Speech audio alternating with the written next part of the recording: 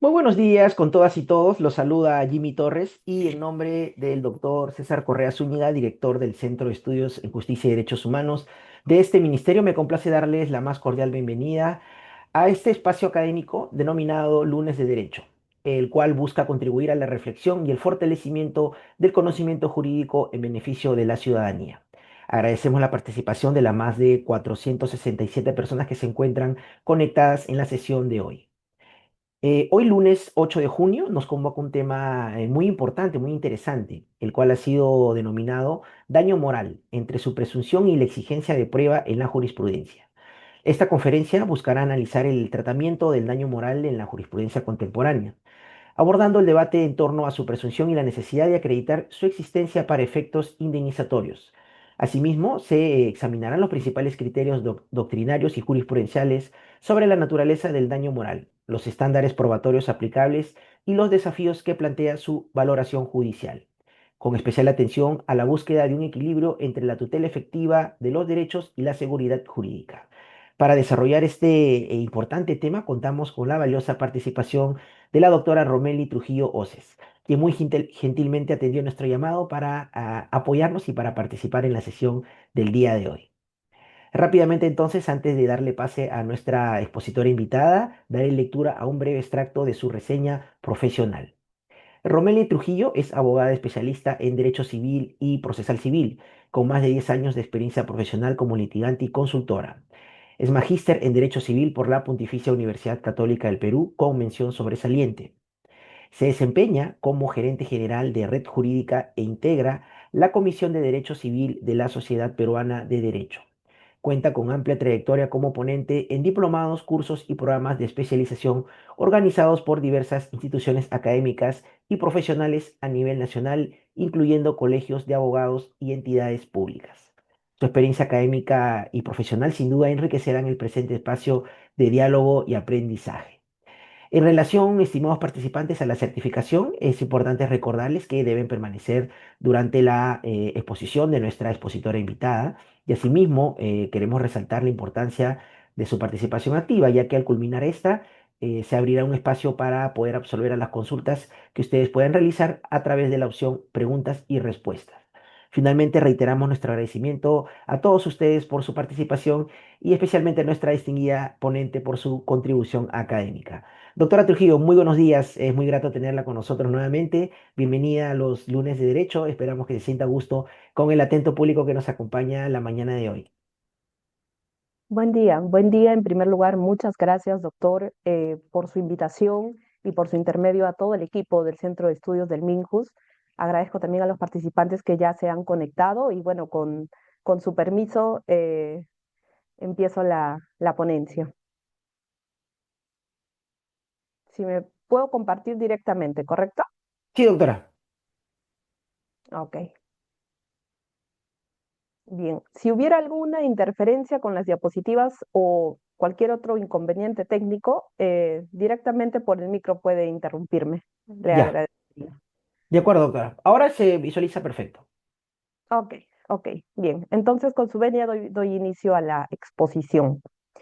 Bien, el tema designado es el daño moral y específicamente lo relacionado con la prueba del mismo. ¿Por qué entre su presunción y la exigencia de prueba?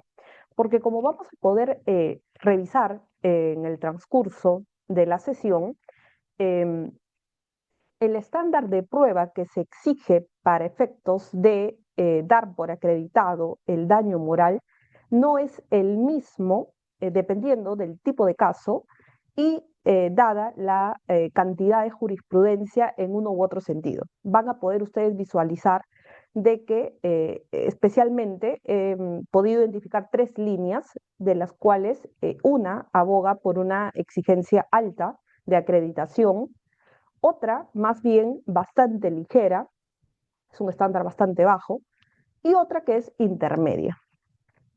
Ahora, para poder contextualizar primero el tema, en responsabilidad civil, como ustedes recordarán, se da cuenta de principalmente estos cuatro elementos. La doctrina habla indistintamente de cinco, de tres o de cuatro. En todos está presente daño, causalidad, criterio de imputación y especialmente en las sentencias de la Corte Suprema está siempre presente y desarrollado el tema de antijuridicidad. De modo que, de forma general, solamente para contextualizar e ir luego descendiendo a nuestro tema en particular, hay que recordar que el juicio de responsabilidad civil implica la acreditación de mínimamente estos elementos. Primero, una conducta irregular, una conducta contraria a derecho, que en términos generales se ha identificado con el elemento de antijuridicidad. Seguidamente, la acreditación del daño. Luego, la relación de causalidad. Debe de existir una relación causal entre la conducta antijurídica, el comportamiento y el daño que finalmente se ha ocasionado.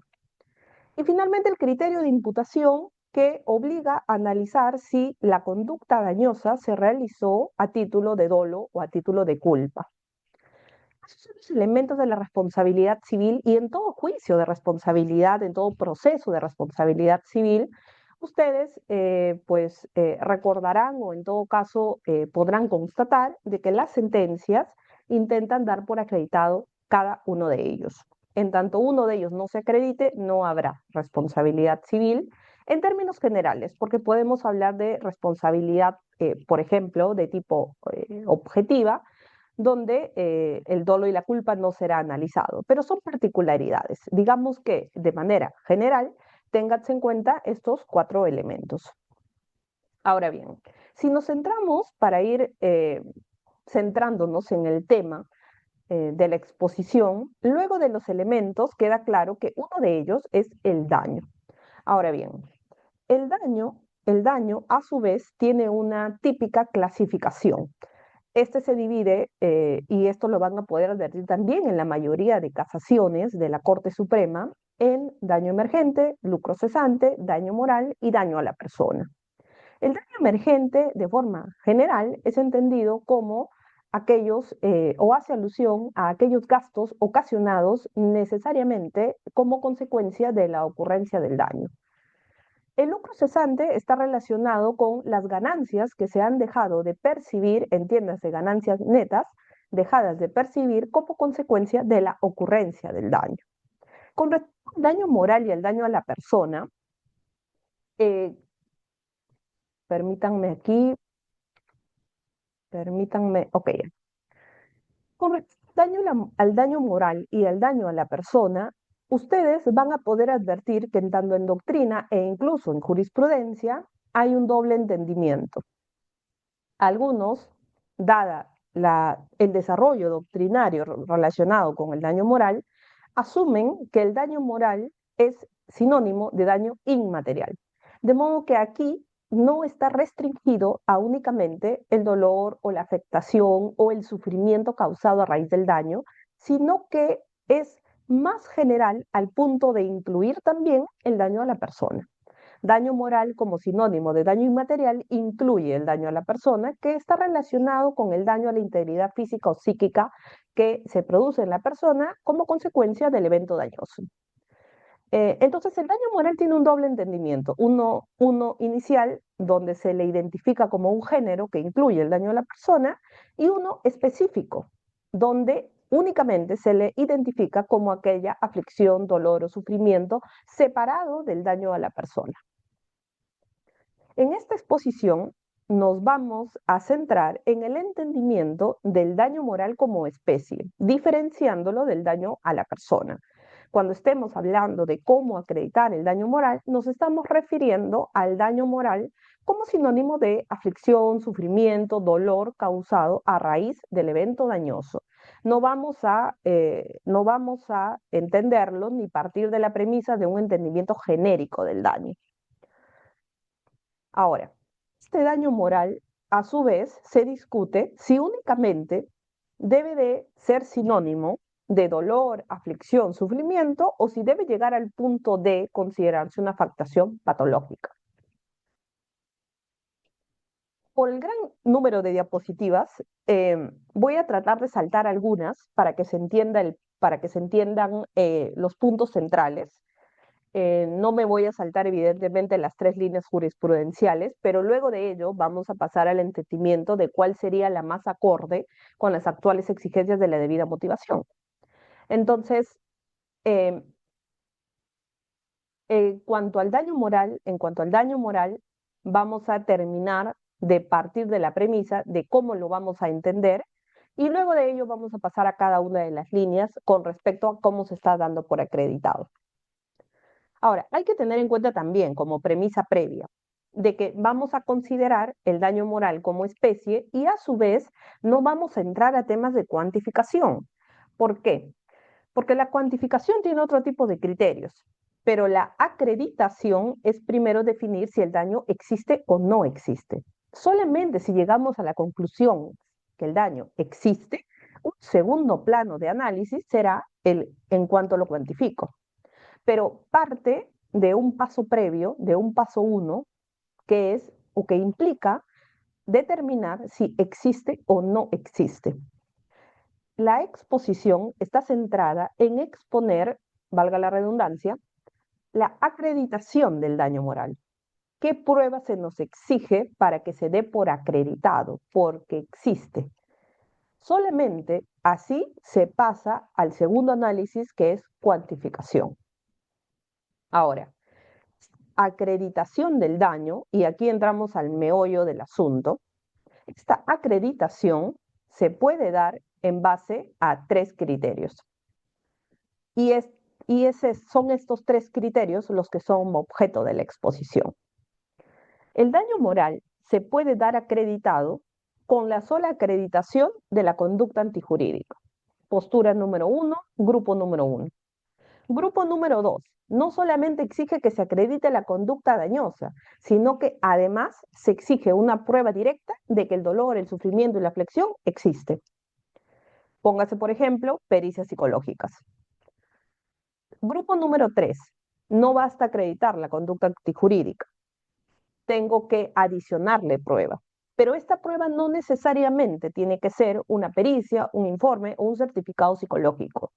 Puedo concluir que el daño moral existe en base a prueba indirecta, especialmente en base a máximas de experiencia.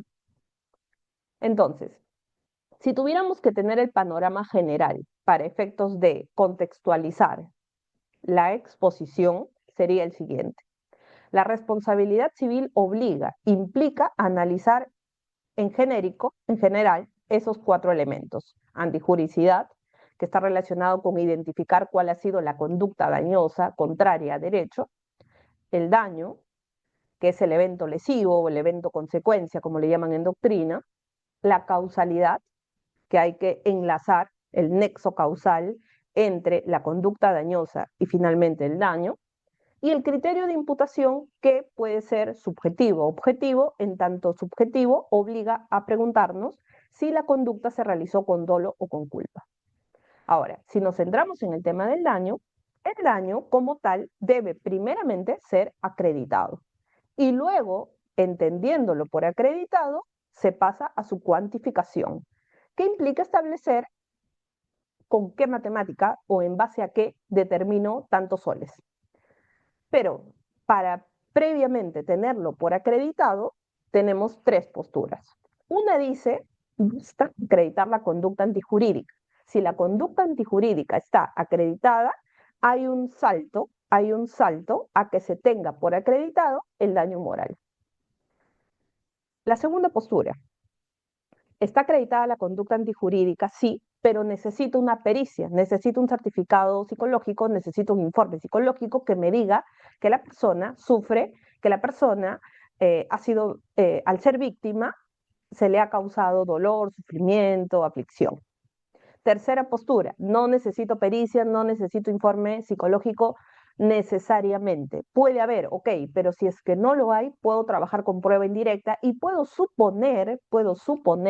presumir la aflicción, el dolor, el sufrimiento en base a indicios, presunciones o máximas de experiencia, especialmente máximas de experiencia.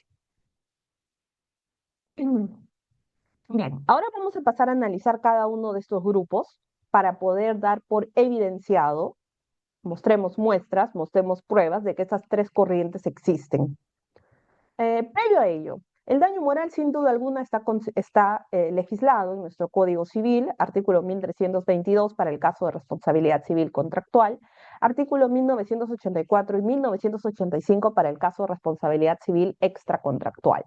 Evidentemente en el contractual hay el término genérico daño moral, lo cual ha llevado a que se sustente de que aquí el daño moral está tratado como género, el punto que incluye el daño a la persona, mientras que en el extra patrimonial, en el régimen extra patrimonial o extra contractual, perdón, el daño moral se diferencia de su propia literalidad del daño a la persona. Bien, punto número uno. Expongamos, o mejor dicho, demos cuenta de aquella evidencia de las muestras que acreditan que esta postura uno existe.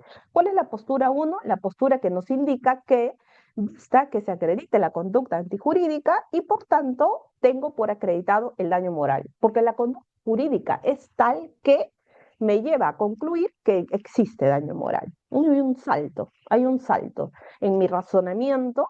Tengo por acreditado como premisa mayor la prueba de la conducta antijurídica y acreditada esta, doy un salto a la conclusión, por tanto, existe daño moral. Y se dice que esto es bastante evidente, y ese es el término que más se va a utilizar, como van a poder verlo. Tenemos un pleno, voy a tocar algunos casos que son laborales, que no son netamente civiles, pero son necesarios de citar porque dan cuenta justamente de esta postura.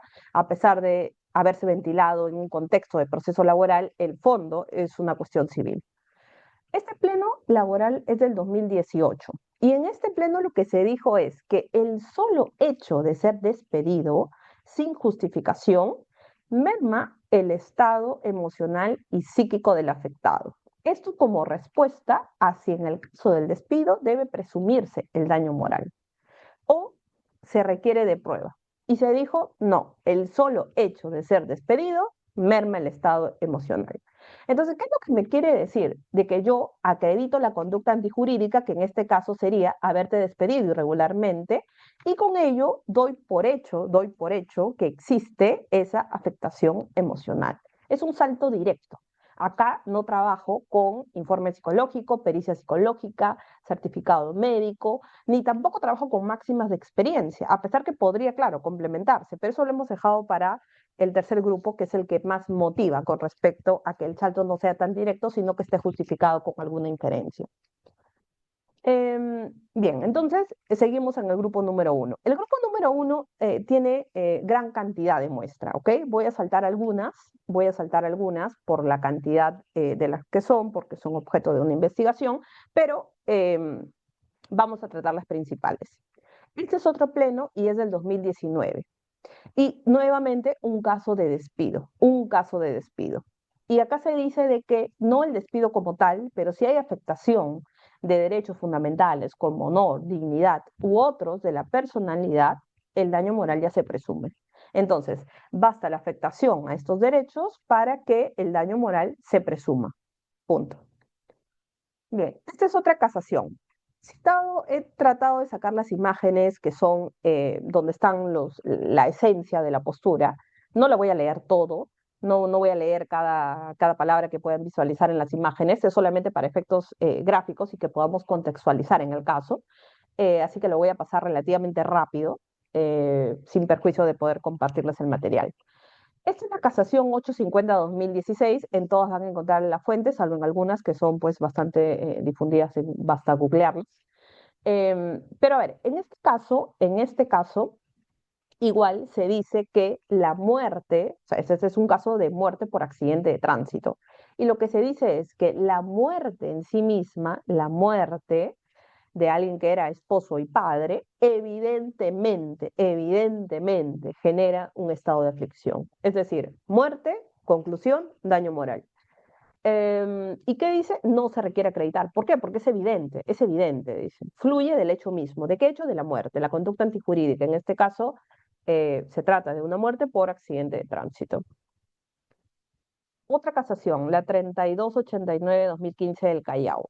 En este caso, la mayoría de casos relacionados con temas laborales son porque la conducta antijurídica ha sido el despido, ¿no? Y del despido mismo concluyo, presumo, me parece evidente el daño moral, ¿no? En esta casación, en esta casación se dijo de que está plenamente acreditada la conducta antijurídica. Es un despido, es un caso de despido. ¿Por qué? Porque se dio por concluida la relación laboral, o sea, es decir, despido. No siendo válido, dice el argumento de la sala superior respecto a falta de medios de prueba. Entonces, me basta acreditar el despido, concluyo daño moral. No hay un salto directo. No hay inferencia, ojo, la única inferencia es evidente, es evidente. Entonces, tengo el hecho acreditado, no tengo inferencia que una la premisa con la conclusión, porque solamente digo es evidente, y tengo la conclusión, existe daño moral. Esta es otra casación, creo que voy a evitar mencionar los números, pero los van a poder ver en pantalla. Esta es otra casación donde también se dice, es evidente que el demandante ha sufrido aflicción psicológica. ¿Por qué? Por el despido. Nuevamente, porque fue un despido sorpresivo, etcétera. Se tienen miles de consideraciones relacionadas con el despido. Em, a ver, permítanme, en esta otra, bueno, comienzan igual realizando todo un desarrollo doctrinario con respecto a lo que es el daño moral, pero a lo que nos importa es que dice, en esta casación se dice algunas veces, el daño moral se presume. Literal dice, se opta algunas veces por la presunción. Nuevamente, un caso de despido. El despido, dice, ha ocasionado un sufrimiento, un dolor, una aflicción. Esta es otra casación, esta es otra casación. Y nuevamente aquí en esta casación, la Corte Suprema dice que ante la dificultad de su acreditación, la Sala Suprema ha optado en casos puntuales, por presumir la existencia del mismo, en casos puntuales. De modo que esta primera línea, primer grupo que yo le he llamado, se aclara al menos que no es la regla general. Y en muchas de esas casaciones ustedes van a poder ver que la regla general es, bueno, como todo tipo de daño, el accionante, de acuerdo a reglas Código Procesal Civil, tiene que acreditarlo. Y el daño moral no es excepción, tiene que acreditarse también. Nada más que en algunos casos, en algunos supuestos, lo voy a dar por acreditado, con la sola acreditación de la conducta antijurídica. Bien, esta es otra casación. Nuevamente hay un desarrollo previo con respecto a la teoría en relación con el daño moral, pero nuevamente estamos en un caso de despido. Y nuevamente se dice, es evidente que, bueno, acá dan un concepto del puesto del trabajo, lo que significa, pero se dice que es evidente que este despido ha generado angustia y sufrimiento. Más aún, siempre agravan la cuestión cuando el trabajador ha tenido que recurrir a muchos o al menos uno, un proceso judicial aparte para poder retornar, ¿no?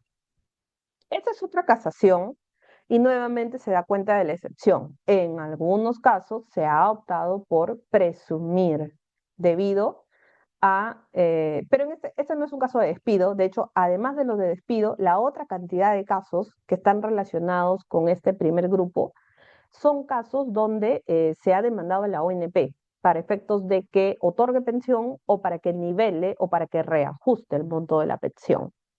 Entonces, también en muchos de estos casos hay un salto directo. La ONP realizó esta conducta antijurídica y me parece a mí evidente, esa es la única inferencia, con la cual se acredita el daño moral. Me parece evidente. Entonces, en este caso también dice que es coherente presumir que se ha sufrido daño moral. ¿Por qué? Porque no recibió de manera oportuna la pensión, ¿no? El demandante. Entonces, aquí nuevamente se utiliza el término presumir, pero una presunción basada en el solo dicho. O sea, no es una presunción basada en, que es lo que vamos a ver en el grupo 3, basado en indicios, en máximas o etcétera. Al menos no es lo que se incorpora en la motivación. ser que se asuma mentalmente, pero del mismo fundamento que van a ver en pantalla es el solo dicho de, bueno, se presume, bueno, es evidente, bueno, es coherente, bueno, es lógico, pero no estamos hablando de una presunción en concreta, de una máxima en concreta o de un razonamiento lógico, si es inductivo, si es deductivo, no, no estamos hablando de eso. Esta es otra casación y nuevamente es evidente. En este caso es muerte de un trabajador, pero se dice que esta muerte hace evidente que su familia, por la pérdida del ser querido, sufra pues una intensa aflicción, ¿no? La pérdida del esposo, la pérdida del padre. Ojo de que sí pueden ser casos bastante sensibles, especialmente cuando se trate de daños a la integridad física y peor aún la muerte. Y sí, quizá nosotros mismos estamos asumiendo esa evidencia. Sin embargo, lo paso rápido no por la no sensibilidad de los casos, sino porque eh, a lo que quiero llegar es que en el grupo número 3, en el grupo número 3 se motiva mucho mejor. ¿Ok? En estos casos hay una motivación respecto de la evidencia que es muy básica y es lo que objetivamente quiero resaltar, el razonamiento del salto, ¿ok? El razonamiento según el cual simplemente se dice es evidente y punto, o es coherente y punto, es lógico, ya. Eso a la luz de las últimas consideraciones con respecto al debido proceso y al orden constitucional, eh, implica asumir que esa motivación es por no decirlo pobre, en todo caso muy básica. ¿Ok? Entonces, son casos sensibles, sí, pero se van a ver muchos más resguardados y garantizados si es que ese salto no existe y si ese salto se ve complementado. Y eso es lo que vamos a ver en el grupo número 3. Bien, pero en este caso hay el salto, ¿no? Es evidente, es evidente.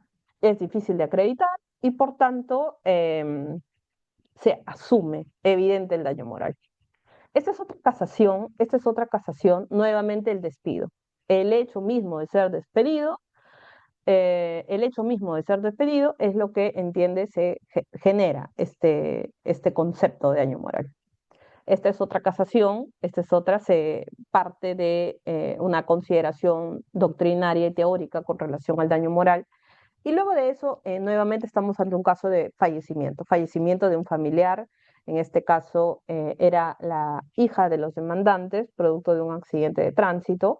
Y aquí nuevamente se dice de que lógicamente han padecido por la pérdida de un ser querido. Se sobreentiende, se presume. Y en base a equidad se termina cuantificando. Acá nuevamente se dice es evidente que no recibir los beneficios de una pensión ha ocasionado daño moral.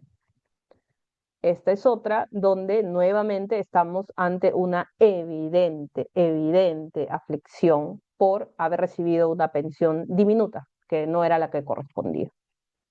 Este es otro caso y se dice que si bien no se ha ofrecido medio alguno que acredite el daño psicológico, pero acá se vio resquebrajada la salud por contagio de una enfermedad. Entonces, esto se señala, pues, a pesar que no hay prueba, se tiene en cuenta de ese padecimiento. Y nuevamente se otorga daño moral. Acá nuevamente se trata de un cese y lo que se dice es que es coherente presumir presumir que esa medida pues ha lesionado los sentimientos del demandante. Nuevamente se presume. Aquí dicen, nuevamente estamos ante un caso de despido y el despido genera incontrovertiblemente un sentimiento de aflicción. Todo despido ocasiona sufrimiento, esa es la regla. Esta es otra casación donde se dice que permítanme ver, sí, reajuste de pensión. Este es un caso de reajuste de pensión demandada a la ONP y se dice que es comprensible comprensible que haya sufrido daño moral a raíz de que en su oportunidad no se le dio la pensión que merecía. Em, Otro caso de despido y se dice nuevamente, es evidente que la pérdida del puesto de trabajo ha generado sufrimiento.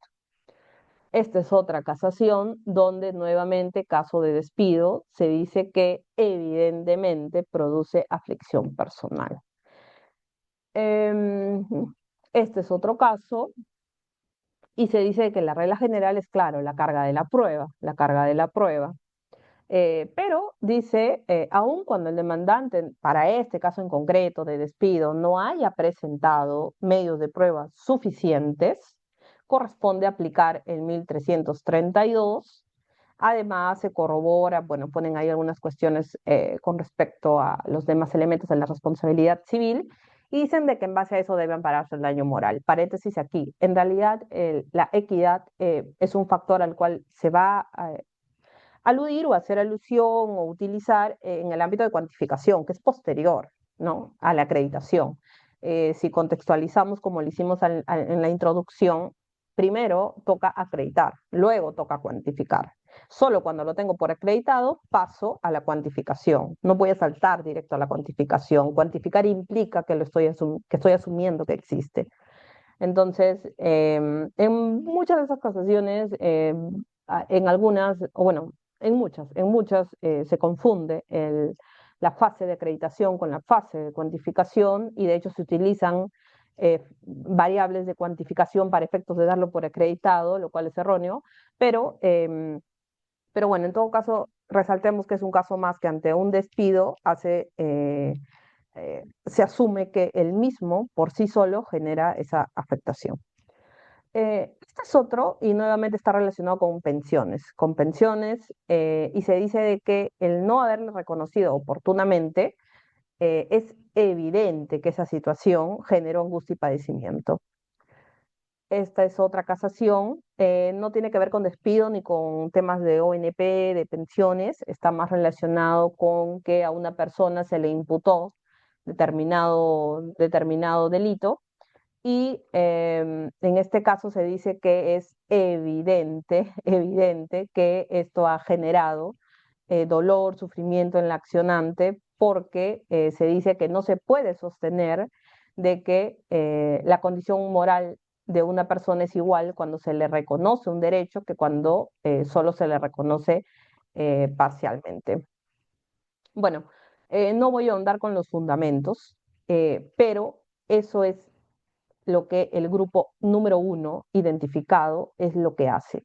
Lo que hace es asumir que es evidente el daño moral. ¿Evidente por qué? Porque es evidente luego de un despido, porque es evidente luego de la muerte de un familiar, porque es evidente cuando no te otorgaron tu pensión a tiempo, porque es evidente cuando no te reajustaron en su debida oportunidad la pensión, porque es evidente cuando te imputan un delito que al final tú no cometiste, etcétera. Es evidente. Entonces lo que hay es un salto. Si lo armamos a manera de inferencia, de razonamiento, asumo que ha existido una conducta X y solamente el propio hecho de esa conducta me hace inferir y concluir que existe daño moral. En este grupo número 2, la situación cambia y es radicalmente diferente. Aquí lo que se exige es prueba. Ok, la conducta antijurídica se tiene por acreditada, check, pero la conducta antijurídica es solamente un elemento de la responsabilidad civil. Tengo que acreditar el otro y es de manera independiente. Puedo acreditar que existió despido, pero eso no implica que existió daño moral. Puedo acreditar que existió muerte de un familiar cercano, pero eso no necesariamente acredita el daño moral. Tengo que acreditar que el despido generó daño moral, que la muerte generó daño moral, que el no otorgamiento de pensión oportuna generó daño moral. No lo puedo presumir, no es evidente, tengo que acreditarlo. Entonces, este segundo grupo marca un estándar altísimo de prueba. ¿Por qué? Porque me exige acreditarlo con una pericia psicológica, con un informe psicológico o con un certificado médico. Entonces necesito la prueba técnica y médica de que el daño moral ha existido. De lo contrario, será infundada la demanda por daño moral. Entonces, este grupo es menor porque, les soy sincera, el grupo número 1 y el grupo número 3 son los grupos que más muestra de casaciones tienen, que más evidencia tienen. Esta es una casación, y de hecho esta es bastante reciente, porque esta ha sido publicada ahora en mayo del 2026, o sea, hace un mes. Y lo que se dijo es de que, miren, a pesar que estamos ante un caso de muerte de un familiar directo, se dice el daño requiere prueba. No lo voy a inferir automáticamente. Acredito muerte, acredito que eres familiar directo. ¿Eso me hace saltar y concluir hay daño moral? No. El daño moral tiene que ser acreditado. Entonces, lo que se dijo es que no se puede amparar automáticamente. Requiere un estándar de prueba compatible al supuesto de hecho.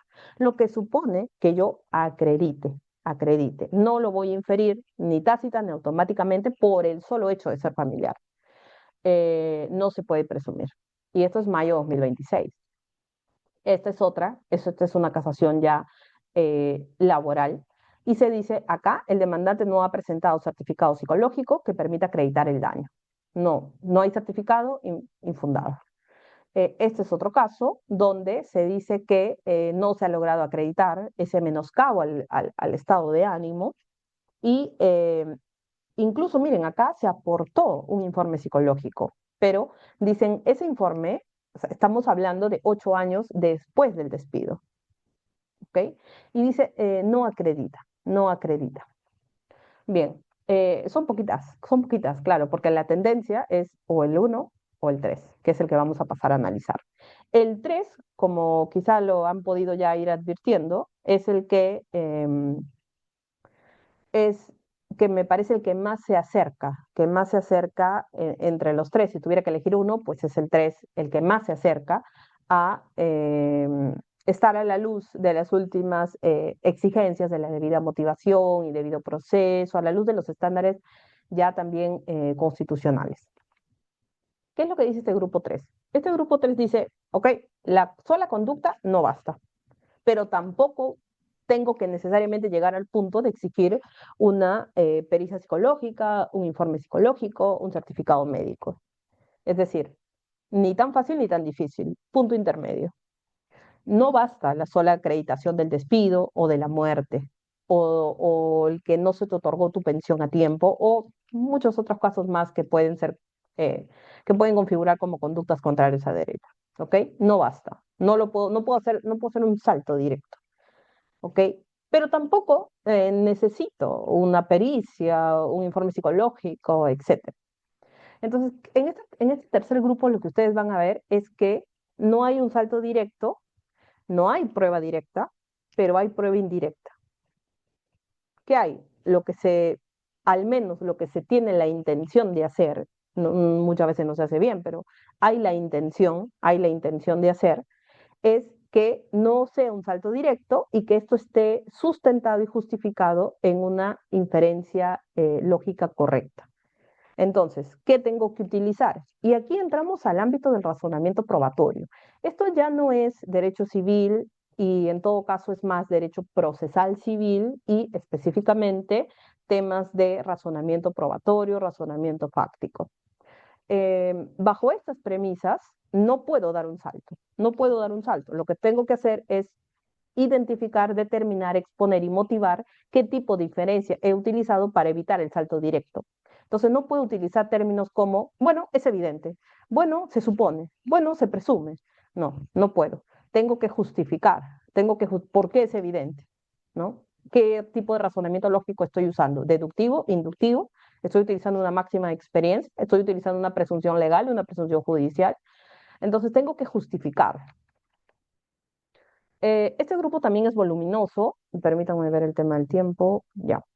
Em, Esa es la primera. Y acá la mayoría de veces se va a hacer alusión a máximas de experiencia.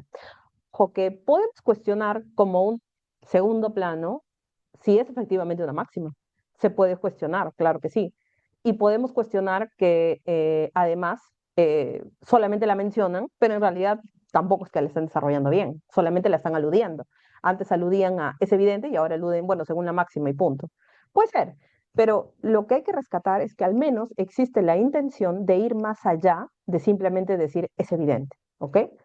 Más allá de que finalmente se haga bien o mal, lo importante es rescatar de que hay una intención de que ese razonamiento esté justificado objetivamente. Entonces, este caso se trata de una muerte por la aplicación de una determinada vacuna, ¿no? Una determinada vacuna que tenía un porcentaje, no alto, pero sí un porcentaje de riesgo de muerte. Y la muerte fue lo que lamentablemente ocurrió. Y acá se dice de que por máximas de experiencia, acá los demandantes fueron los padres de la persona que falleció. Se dice que por máxima se puede colegir la aflicción del padre al producir la muerte de su hija. Esta es una circunstancia rechazada por el orden natural de las cosas, se dice. Al extremo, el idioma castellano dice, utiliza expresiones para muerte de padres, pero no existe término para el fallecimiento de un hijo. Se opone a aceptar lo que de manera cotidiana no sucede. Entonces, no es que solamente digo es evidente que por la muerte de un hijo tú vas a sufrir, que podemos muchos estar de acuerdo con ello, sino que se trata de justificar objetivamente de que esto está basado en una máxima de experiencia. Hay muchos más fundamentos, pero solamente vamos a hacer alusión a, eh, a cómo intentan o pretenden justificar en mayor medida. Ahora, justificación en mayor medida, ojo, no tiende a perjudicar a la víctima, al contrario, la tiende a proteger. ¿De qué? De nulidades. Porque si es que solamente se asume como evidente y punto, puede ser objeto de un futuro proceso de nulidad, sea en las mismas instancias del proceso ordinario civil o sea vía amparo ante el Tribunal Constitucional. Exigir o sustentar o motivar en mayor medida no es algo que perjudica a la víctima, es algo que debería beneficiarla, ¿no? ¿Para qué? Para que la decisión esté, o en todo caso, la inmutabilidad de lo decidido esté tenga mayor garantía. Em, bien, entonces en permítanme, siguiente. Este es otro caso y también es muerte por accidente de tránsito. Y aquí nuevamente se utiliza máximas de experiencia. Dice, por máximas de experiencia, por máximas, es posible concluir, o sea, ya no hay un salto directo, tengo el hecho que es muerte. ¿Cuál es mi inferencia? Máxima experiencia. Conclusión, existe daño moral. Entonces se dice que por máximas de experiencia es posible concluir que cualquier persona en las condiciones acreditadas en el proceso, que es un caso de muerte de la que era la esposa y madre, se verá, dice, perturbado en su ánimo, ¿no? Por máxima.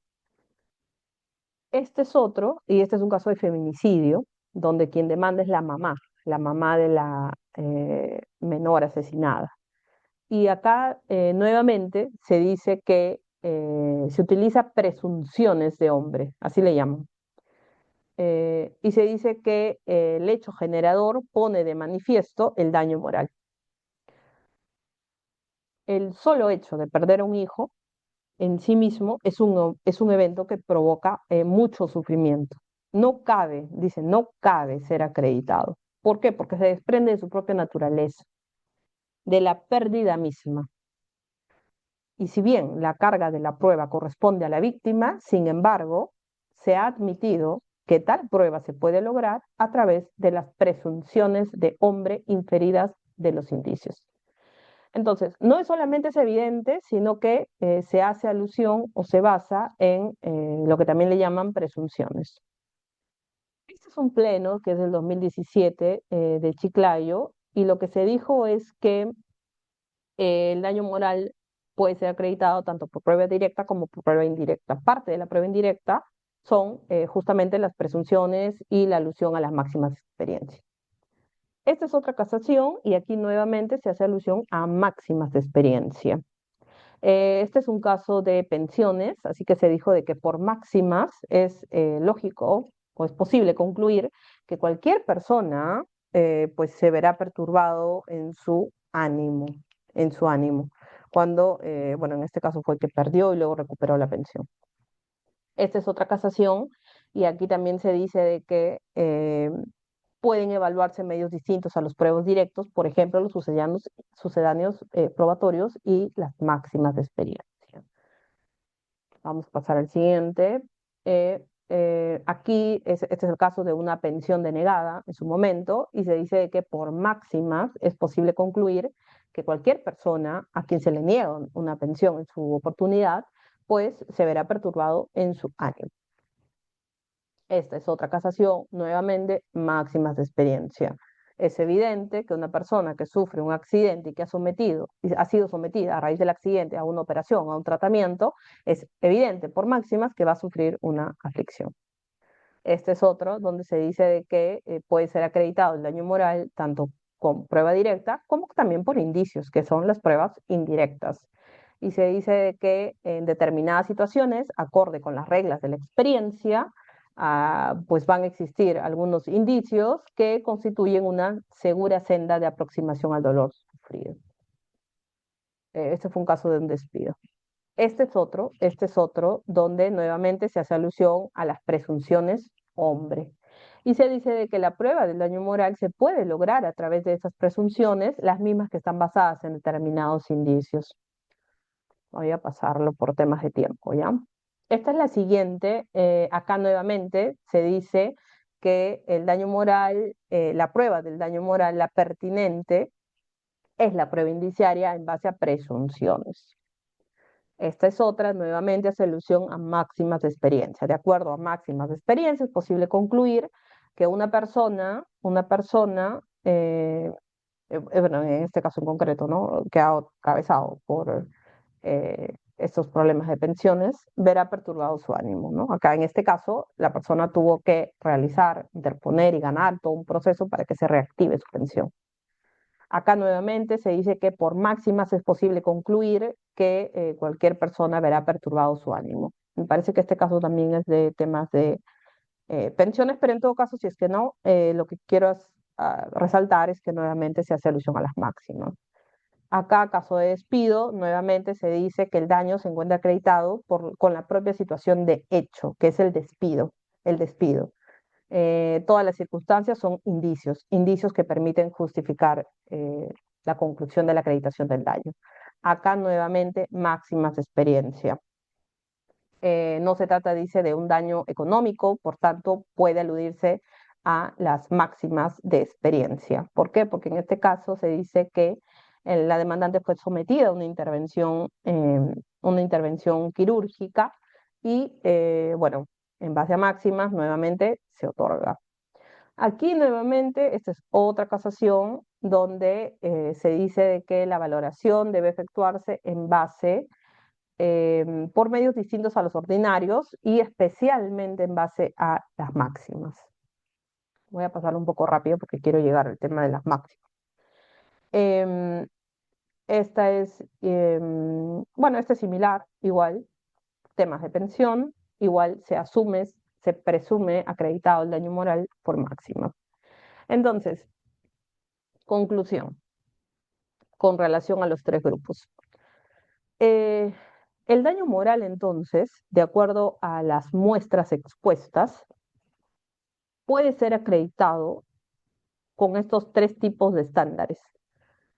Hay un estándar que es bastante bajo, que solamente me exige acreditar la conducta antijurídica.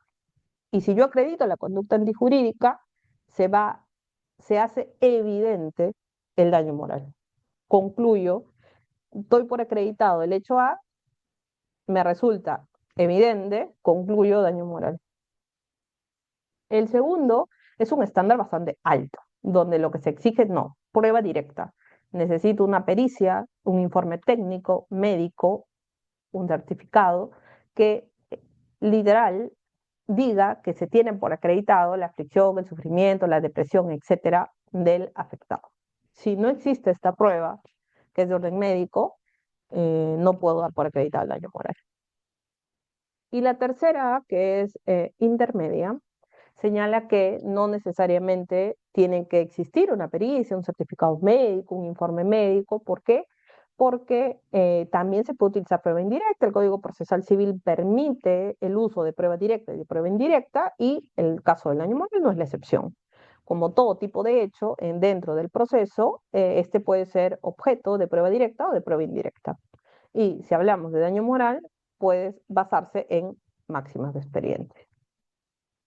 Ahora, vamos desde la perspectiva, salgamos un poco de la perspectiva netamente civil y vamos a la perspectiva constitucional, o partamos en todo caso de la misma. Lo que exige la Constitución es que las resoluciones sean emitidas con una debida motivación.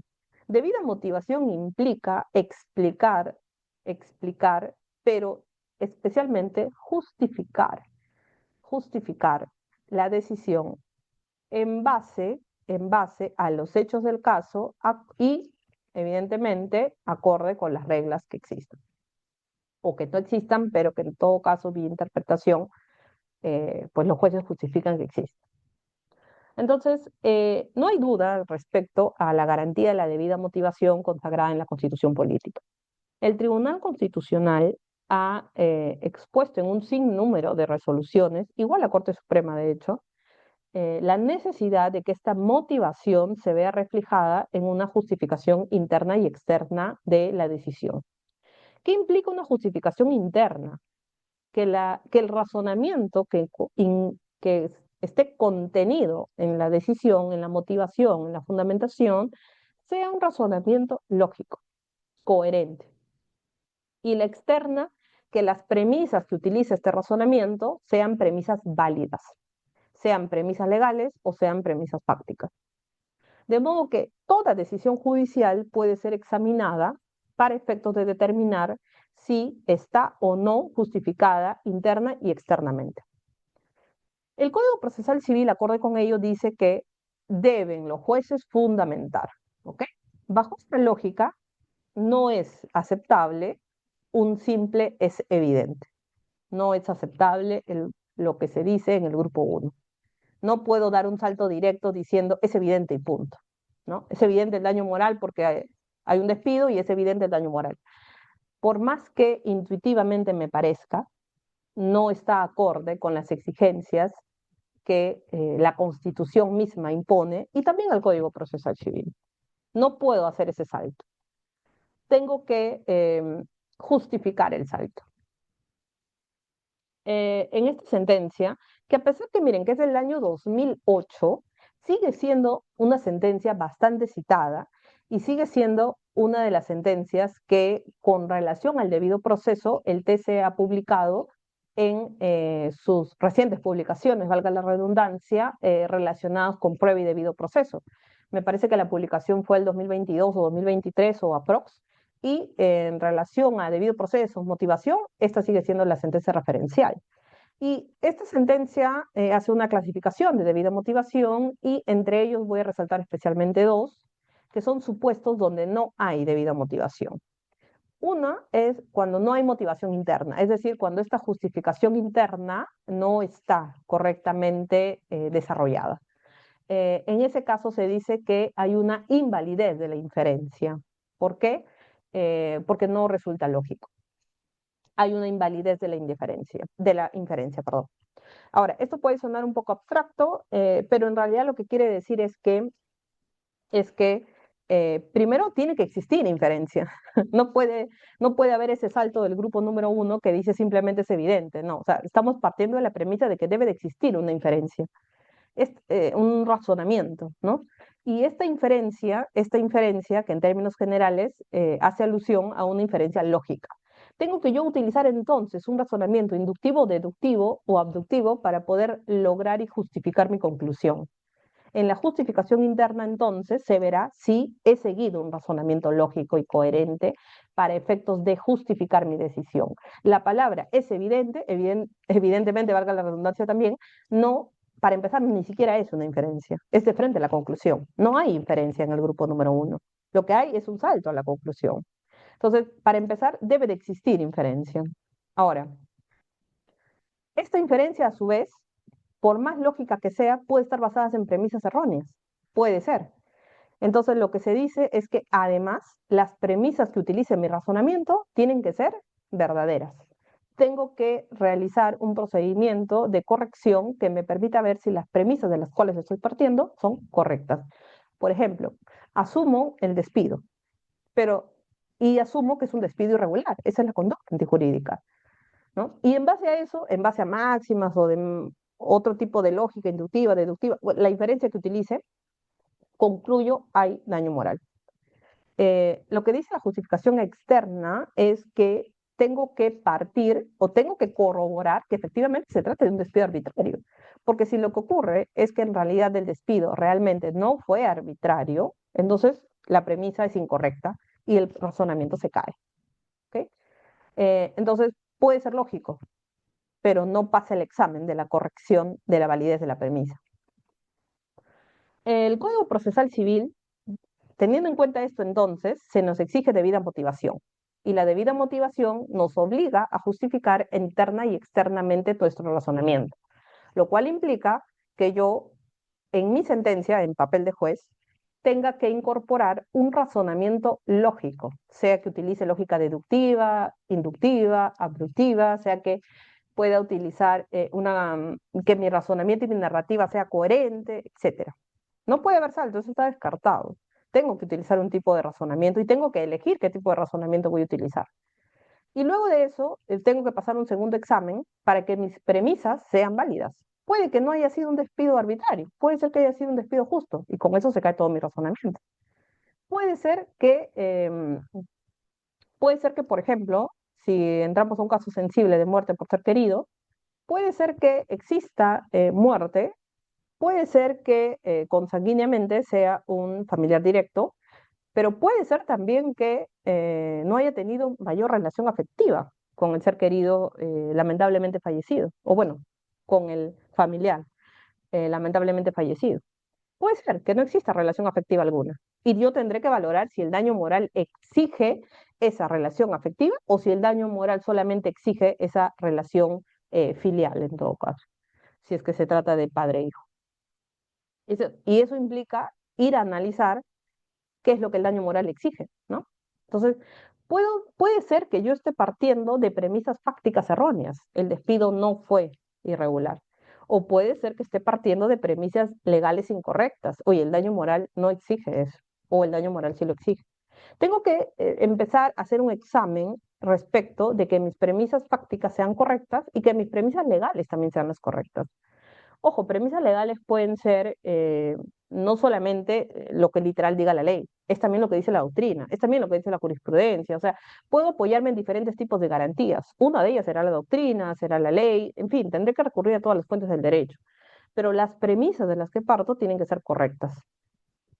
Y eso se va a evaluar en, en el examen externo de la decisión. Ahora, el Código Procesal Civil permite utilizar este tipo de razonamientos, pues sí, evidentemente. El Código Procesal Civil dice, la regla general es que el demandante tiene que acreditar los hechos que afirma. Es la regla general. Los medios deben de ser valorados de forma conjunta. Luego dice que pueden haber presunciones legales que están establecidas en el propio código, que no es nuestro caso, o bueno, no hay una regla general de presunción de daño moral por el hecho tal, tal, tal, tal, tal, no, al menos en el ámbito civil no. Y lo otro, que como no tenemos la legal, la judicial. Y la judicial dice implica un razonamiento lógico crítico. Lógico crítico. ¿En base a qué? Reglas de experiencia. Entonces, y dice a partir del presupuesto debidamente acreditado. Claro, tenemos acreditado despido, tenemos acreditado no otorgamiento de pensión, tenemos acreditado no reajuste oportuno de pensión, tenemos acreditado muerte, tenemos acreditado, en fin, daño a la integridad física, sometimiento a operaciones, tratamiento, etc. O sea, tenemos acreditado el hecho, pero como ven, no es suficiente. Es a partir de ese hecho que tengo que armar un razonamiento lógico crítico. Y ese razonamiento, si ya está utilizando el término lógico, implica que yo tenga que justificar y sustentar qué tipo de lógico estoy utilizando. Y segundo, dice basado en reglas de experiencia. Entonces sí puedo utilizar máximas de experiencia, claro que sí, pero tengo que, en todo caso, justificar que realmente sea una máxima de experiencia, para comenzar. La secuencia del razonamiento entonces iría más o menos así. Voy a tener indicios o voy a tener hechos acreditados, ¿ok? Porque, claro, en los ejemplos que hemos puesto, los hechos están sin duda alguna acreditados. Despido arbitrario, despido ilegal, despido incausado, no nivelación, no nivelación de pensión en la ONP oportuna, de muerte de un familiar, etcétera. ¿No? Pero pueden haber casos, y especialmente en el ámbito penal se ven casos donde los hechos no son así de tan claramente acreditados. ¿Ok? Y ahí es donde entran la relevancia de los indicios. Pero en nuestro caso, más que un indicio, en los ejemplos que hemos puesto, hay un hecho totalmente acreditado. Luego de ello, tengo que tener un enlace. Ok, si tengo despido, este despido, por lógica, genera consecuencia, daño moral. ¿Cuál es la lógica ahí? ¿Inductiva, deductiva? ¿Estoy aplicando reglas de ciencia o estoy aplicando reglas de máxima? Y claro, el grupo 3 ha dicho máxima, ha dicho máxima. Esto no es lógico, esto no es ciencia. Simplemente por máximas de experiencia, toda aquella persona que pasa por un despido arbitrario, que se ve privado de recibir una remuneración con el perjuicio que implica para él mismo y para su familia, lógicamente, por máxima de experiencia, dice, genera consecuencia daño moral. ¿No? Y lo justifican en máxima. Eh, y a su vez este razonamiento va a estar sometido a dos análisis, justificación interna y externa. En la interna podría cuestionarse y decirse, oye, pero el despido no fue irregular, el despido no fue arbitrario, fue un despido causado. O sea, fue un despido con causa justificante. Entonces el razonamiento se caerá y la lógica será errónea.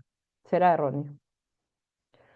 Podría también decir, perdón, eso es la justificación externa.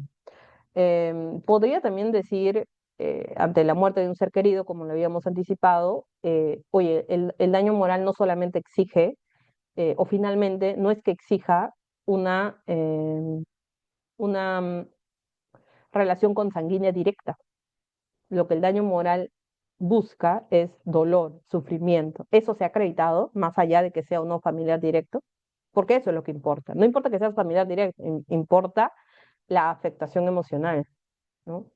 Entonces, no se trata de decir muerte, ¿cuál es mi otra premisa? Ah, familiar directo. Por tanto, yo concluyo, todo familiar directo sufre daño moral ante la muerte de ese familiar, valga la redundancia, y esa lógica podría ser, no, no, mm, puede ser familiar directo y puede aún así no haber daño moral. Entonces, si es así, no puedo dar daño moral automáticamente por la muerte del ser directo. Entonces diríamos, bueno, entonces lo que exige el daño moral no es el que sea un familiar directo, lo que exige es que sea un ser querido, o sea, o bien directo y querido, ¿no? Haya una relación afectiva entre ambos, o haya habido una relación afectiva cercana entre ambos.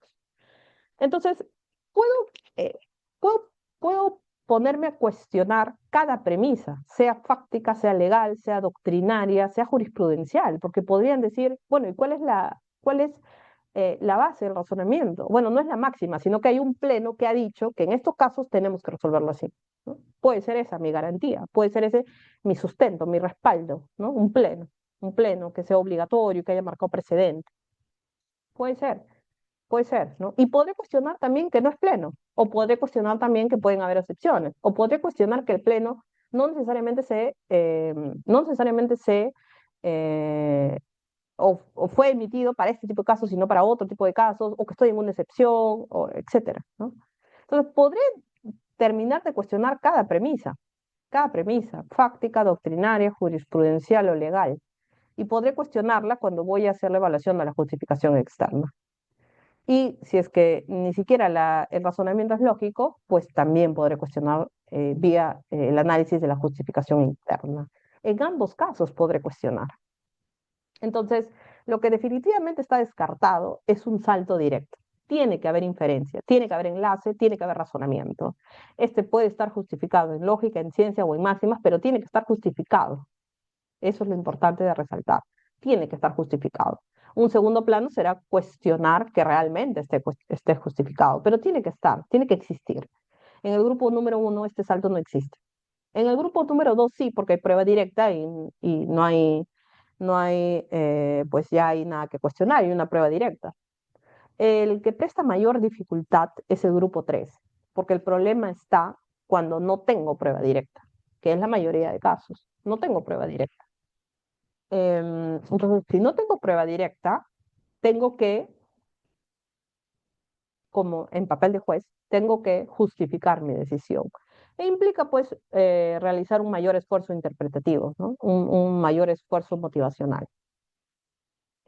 Ahora, hemos hablado mucho de las máximas, eh, y más es en el ámbito penal que en el ámbito civil, donde se ha desarrollado eh, más teoría o cuestiones prácticas relacionadas con la misma. Voy a resaltar solamente algunas porque, así como puedo cuestionar las premisas fácticas, legales, doctrinarias, jurisprudenciales, cuando yo cuestiono el razonamiento, la inferencia, el enlace, también puedo cuestionar la máxima. En líneas generales, por ejemplo, en este recurso de apelación, que es de la Corte Suprema, resuelto por la Corte Suprema, se dice que la generalización realizada con la máxima se obtiene a través de la identificación de caracteres comunes presentes en acontecimientos pasados, asumidos como datos de partida, con la exclusión de aquellos que podrían desmentir dicha generalidad, ¿no? Ahí está la cita correspondiente. Em, Esta otra sentencia, que es del Tribunal Constitucional 2021, acá se dice que el razonamiento debe ser tal que parta de un hecho base. En nuestro caso, el hecho base sería, por ejemplo, el despido. Y este debe estar plenamente probado, para empezar. Luego, tengo un hecho consecuencia, que en nuestro caso sería el daño moral, ¿no? El despido ha generado daño moral. Pero al medio tiene que existir un enlace o un razonamiento. Acá dice deductivo, no necesariamente, puede ser inductivo, puede ser ciencia, puede ser máxima, no está restringido. Quizá en el caso se utilizó deductivo. Pero tiene que haber ese enlace, tiene que haber ese razonamiento. Y luego dice que en el razonamiento probatorio indirecto exige que la conclusión sea adecuada, que entre indicio y conclusión haya una regla de lógica, una máxima, conocimiento científico, de manera que ese razonamiento tenga que estar explicado, reseñado en la sentencia. Bueno, más que explicado, justificado. Este es un recurso de nulidad del 2017 y aquí también se dice algo muy importante, que es que la máxima experiencia no son verdades absolutas. Porque claro, si regresamos, en realidad se trata de identificar caracteres comunes y generales presentes en acontecimientos pasados. Oye, esto suele ser así, ¿no?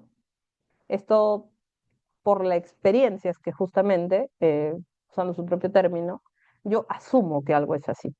Implica mirar al pasado, pero a su vez es una generalidad que puede admitir excepciones. Claro que sí, y el desafío será de que, dependiendo de lo que convenga del caso, yo pueda justificar de que en mi caso no se va a aplicar, no se va a aplicar. En este recurso de nulidad hace alusión a ello y dicen de que la máxima no opera como una verdad absoluta y claro que admite prueba en contra. En ciertos casos puede llegar a acreditarse que no aplican o cuando menos se pone en duda su aplicación. Acá, por ejemplo, se dijo de que si bien no es usual que en un inmueble se tenga material que generalmente se emplea para el acondicionamiento de droga, este es un caso penal, como el papel de aluminio. O sea, eso no es usual, dicen, por máximas, eso no es usual. Lo cierto es que, y acá viene la excepción, con la explicación que el encausado brinda y con los respectivos vouchers de compra, se determina que esa máxima no puede aplicarse al cargo. Entonces, claro, no es usual y por lo tanto lo asumen como un indicio de la comisión de un determinado delito, pero lo que dice este recurso de nulidad y lo que hay que rescatar es que, oye, las máximas finalmente son generalidades. Puede ser que en tu caso en concreto esa generalidad no aplique, puede ser que en tu caso sea la excepción, puede ser, pero estará en el desafío, habrá pues el desafío, ¿no? De acreditar que realmente estoy ante un caso de excepción. Entonces,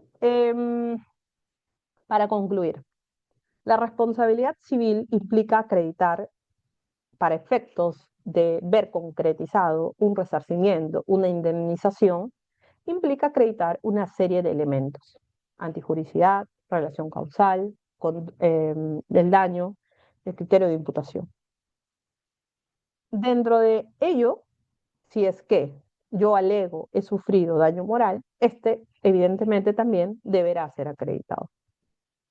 La acreditación se puede dar de diferentes maneras. Sin embargo, hay que ser conscientes que nos podemos topar con magistrados, con salas o con la misma Corte Suprema que pueda que como opción uno nos diga, bueno, acreditaste el despido, acreditaste la muerte, por tanto, es evidente el daño moral y no se nos exija más. Puede ser que nos encontremos ante otra sala, ante otro magistrado, que nos diga, no, yo necesito una prueba directa, un certificado médico, una pericia psicológica, un informe psicológico que acredite la existencia de sufrimiento, de dolor, de padecimiento, de aflicción.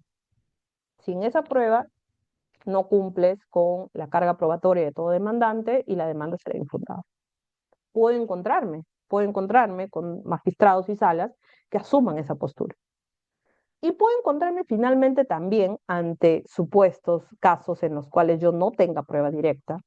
Puedo encontrarme también con magistrados o salas que me digan, bueno, que no tengas un informe médico, un certificado médico, una pericia psicológica, no implica que la demanda sea infundada. Pero tampoco lo voy a presumir ni voy a hacer un salto directo diciendo, bueno, es evidente. No, tengo que justificarlo. Y claro, el demandante deberá hacer la tarea de poder darle al juez las herramientas suficientes y de proponerle determinado razonamiento lógico en base a máximas, presunciones, etcétera, por el cual llega el convencimiento de que el daño moral existe. Como juez, como juez, habrá mayor carga motivacional en la tercera postura, porque a pesar que no tengo prueba directa y voy a otorgarlo, o concluyo que voy a otorgarlo, esta conclusión debe ser una conclusión basada en todo un razonamiento previo que esté justificado, interna y externamente. Mi razonamiento tiene que ser lógico y coherente, y a su vez las premisas que haya utilizado para armar ese razonamiento tienen que ser premisas válidas, sean premisas normativas, doctrinarias, jurisprudenciales, fácticas. Y si mi inferencia, mi razonamiento está justificado en una máxima, pues como demandante o como juez tendré la labor de justificar cuál es la máxima, o sea, qué máxima estoy utilizando. Lo ideal, pero implica mucho más, es que esta máxima esté basada en cifras estadísticas, ¿no? O al menos podría ser un ejemplo de cómo justificarla en mayor medida, no limitativo. Em, pero en este tercer grupo habrá una mayor carga tanto para el demandante como para el propio juez. Para el demandante de hacer la propuesta de cómo está armando el razonamiento y para el juez mayor carga motivacional, porque tendrá que finalmente eh, no sentenciar a base a lo que intuye o a lo que considere evidente, ¿no? Sino en base a, si va a usar máximas, generalidades acreditadas o que se puedan acreditar o que estén consideradas como máximas, eh, que es un tema bastante complicado. Es un tema que no pertenece al ámbito civil, es un tema de prueba, es un tema de derecho probatorio. Em, como civilistas, la tarea es pues tener claro lo que implica daño moral y tener claro este escenario. Pero es necesario complementarlo con el ámbito constitucional y con el ámbito del derecho procesal, porque vamos a terminar siendo sometidos también a esas reglas cuando se trate de la acreditación dentro del proceso. Entonces, hay que ser conscientes que nos podemos topar con magistrados y con salas que pueden adoptar la postura uno, 2 o 3. Puede ser cualquiera de ellas. Puede ser cualquiera de ellas. Hay que estar preparados para, en todo caso, si no tenemos una prueba directa, trabajar con prueba indirecta. pero obligará a que el demandante tenga la carga de armar el razonamiento. Y el juez tendrá mayor carga motivacional porque no puede dar un salto directo, sino que tendrá que justificar interna y externamente el por qué para él, a pesar que no hay prueba directa, hay daño moral. Eso sería todo. Muchísimas gracias. Espero haber cumplido con el tiempo. Doctora Trujillo, muchísimas gracias por su presentación. Sí, justo en el momento exacto. Le agradecemos por ello. Muchas gracias también a las más de 730 personas que nos vienen acompañando en la sesión de hoy, lunes 8 de junio. Ha sido muy interesante, doctora, su presentación. La felicito por eso. Rápidamente, continuando con el programa, y respetando los tiempos también que tiene usted, doctora, y el público, quiero compartir algunas de las interrogantes que nos han trasladado, ¿no? El atento público que nos ha acompañado el día de hoy. Hay una primera pregunta que es la siguiente, doctora. Doctora, ¿existe una sentencia emitida contra una conductora de televisión por vulnerar el derecho a la intimidad de un futbolista profesional, estableciéndose una reparación civil de $300.000 aproximadamente? ¿A qué tipo de daño corresponde esta indemnización? Asimismo, ¿qué criterios suelen emplearse para determinar el monto de la reparación civil y cómo puede evaluarse si la suma fijada resulta proporcional? Si nos pudiera comentar. Mm, ok. No he tenido oportunidad de revisar el contenido de esa sentencia. Creo intuir a cuál se está haciendo referencia, pero ahí en sí, acorde a la pregunta, no, no se trata de un daño moral, es un daño a la propia persona. Si estamos hablando de intimidad, estamos hablando de daños a derecho de la persona, que desde el punto de vista extracontractual está diferenciado el daño moral. Em, la reparación señalan acá es de 300.000, que es bastante elevada, que es bastante elevada. Con respecto a los montos, miren, hasta la fecha, respondiendo a la pregunta, no tenemos una tabla matemática, no tenemos un cuadro. Lo que hay sí son propuestas, especialmente les invitaría a leer la propuesta del profesor Espinosa, pero que es también en general, ¿no? O sea, no especifica por cada tipo de daño, pero en todo caso pueden revisar su bibliografía. Pero a la fecha no tenemos como precedente o como pleno un cuadro que nos permita hacer una matemática exacta dependiendo del tipo de daño y dependiendo de las circunstancias del caso.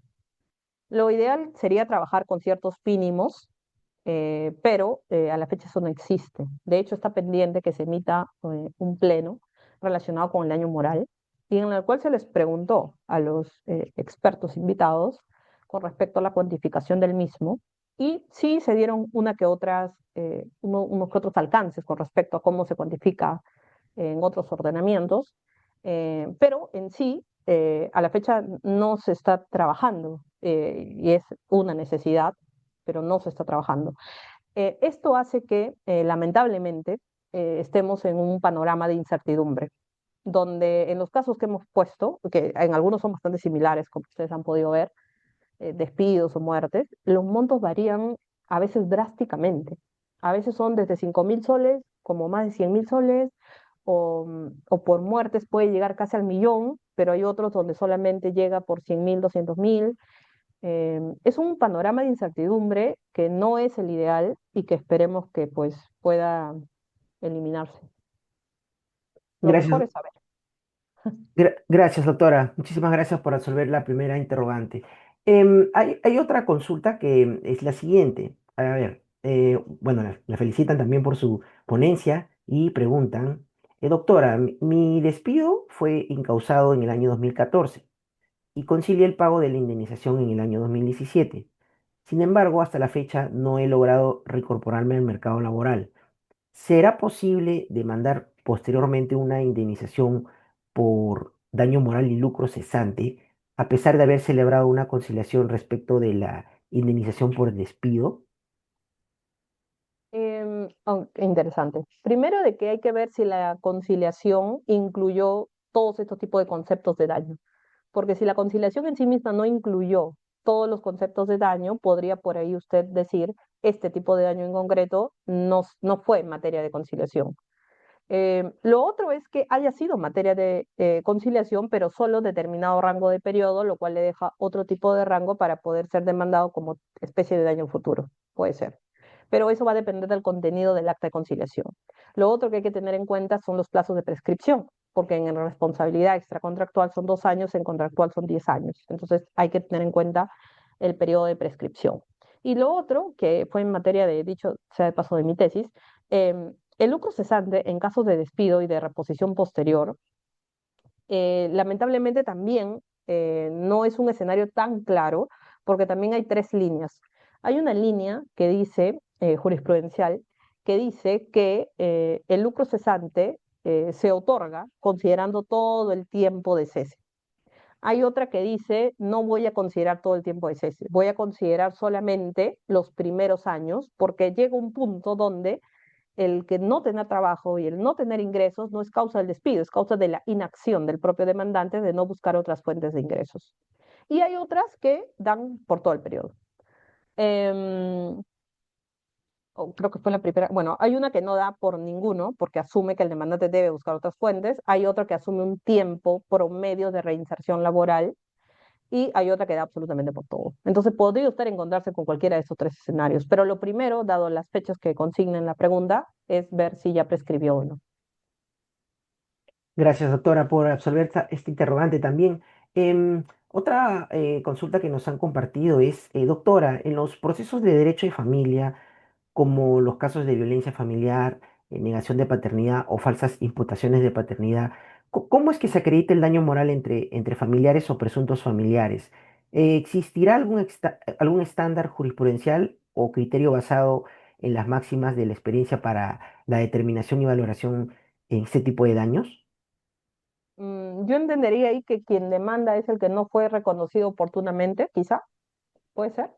Lo que pasa es que en casos de impugnación y de reconocimiento, em, hay varios actores, ¿no? El papá legal, por así decirlo, el papá verdadero, la madre, que fue la que, digamos, bueno, mejor, para no dar calificativos, la madre y el menor, ¿no? Entiendo que la indemnización, el pedido de indemnización puede venir tanto del papá legal, que recién se entera que en realidad no era padre, puede venir del padre biológico, que recién se entera que él es el padre, ¿no? Y se entera que hay otro que lo ha firmado cuando no es, en realidad es él y demanda la impugnación.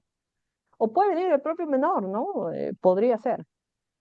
Eh, no hay un precedente, no hay un pleno nacional con relación a ese tipo de. Sí he visto una casación donde hubo una persona que estuvo intentando procesos de impugnación que no tuvieron éxito y a esta persona por estar intentando, le cayó el pago de una indemnización. eh, pero sí, teóricamente, podría ser pasible de una indemnización, ¿no? Tanto el papá que recién se entera, como o sea, el que firmó y recién se entera que no debió firmar, como el que es el verdadero padre que recién se entera que lo es, ¿no? Podría ser en ambos casos, pero hay que tener en cuenta de que no solamente basta la acreditación del daño, sino también los otros tipos de elementos de la responsabilidad civil, ¿no? Podría acreditar, tendría que acreditar, porque acá no va a haber responsabilidad objetiva, acá va a ser subjetiva. Si ha habido dolo, si ha habido culpa, si efectivamente mencionaron en la pregunta si podría presumirse por máximas. Yo creo que podría ser, sí, podría ser. No descartaría. Em, pero no he visto un caso en concreto, no he visto un caso en concreto. De acuerdo, doctora. Gracias también por eso. Ya estamos pasando a las últimas preguntas de esta sesión. Doctora, ¿es posible acreditar la responsabilidad civil únicamente sobre las bases de las conclusiones contenidas, por ejemplo, en un informe de auditoría elaborado por la propia entidad agraviada? ¿O resulta necesario que dichas conclusiones provengan de un informe emitido por la Contraloría para que tengan suficiente valor probatorio? ¿Podría repetirme? Sí, preguntan si es que es posible acreditar la responsabilidad civil únicamente sobre las bases de las conclusiones contenidas en un informe de auditoría elaborado por una entidad, ¿no? O si es necesario que estas conclusiones provengan de un informe emitido por la Contraloría, necesariamente. Mm, entiendo que quizá es un funcionario público al cual le han imputado quizá hechos cuestionables en un procedimiento de contratación, posiblemente, ¿no? Porque es ahí donde Probablemente. intervienen los informes de Contraloría. Bueno, no deberían de bastar, ¿no? De hecho, los informes de Contraloría eh, están teniendo un papel bastante relevante en el ámbito penal. Me parece que se les considera prueba preconstituida y hay todo un desarrollo con respecto a los informes de Contraloría. Eh, mm, Entendería yo de que no debería ser suficiente. Entendería eso, pero no podría marcar regla general. Entendería yo que por cuestiones de reglas generales de medios de prueba, serán indicios, pues, ¿no? Serán indicios, pero en temas de contratación pública, el tema es mucho más técnico y mucho más objetivo. El informe de Contraloría finalmente puede dar cuenta de hechos como puede dar cuenta de valoraciones. Es decir, el informe de Contraloría podría dar cuenta de que existe esto, existe esta incoherencia, o se hizo esto, o se presentó este informe, o no se hizo esto por omisión. O sea, podría dar cuenta de acciones, pero podrían ser también valoraciones. O sea, yo asumo, el que elabora el informe, de que esto ha ocasionado esto, ¿no? Si yo separo el tema de valoración, la valoración por sí misma no debería tener por acreditado el daño. Habría que ver los hechos que ha corroborado para efectos de elaborar el informe, ¿no? Más que su valoración subjetiva y personal. De acuerdo, doctora. Bueno, es así que hemos llegado, doctora, a la parte final. Hemos llegado ya a la hora exacta también, similar a la de su presentación. Le agradecemos mucho, doctora, que nos haya acompañado en esta sesión, abriendo o aperturando la semana. Y bueno, yo quiero dejarle estos últimos segundos, doctora, para que pueda despedirse del atento público que nos ha acompañado. Ahí en sala 700 más de 710 personas que la vienen oyendo. Muchas gracias, doctora. Muchas gracias, doctor Torres, a usted especialmente y por su intermedio a todo el equipo del Centro de Estudios del Ministerio de Justicia. También a cada uno de los participantes. De hecho, todas las preguntas que hacen me ayudan también a poder ahondar y reforzar, y de hecho aprendo mucho con ellas también. Muchas gracias a cada uno de ustedes por su gentil atención, y nuevamente al Ministerio de Justicia y a todo su equipo por su intermedio, doctor. Muchas gracias. Gracias, doctora Trujillo. Bueno, estimado público, de esta manera hemos llegado a la parte final. Vamos a coordinar con la doctora Trujillo para poder ver la forma de replicar el importante material que nos ha presentado el día de hoy y así mismo puedan tenerlo también ustedes. Que continúen teniendo un muy buen día, doctora, muy buen inicio de semana Buen también día. para usted, para el público. Y Igualmente.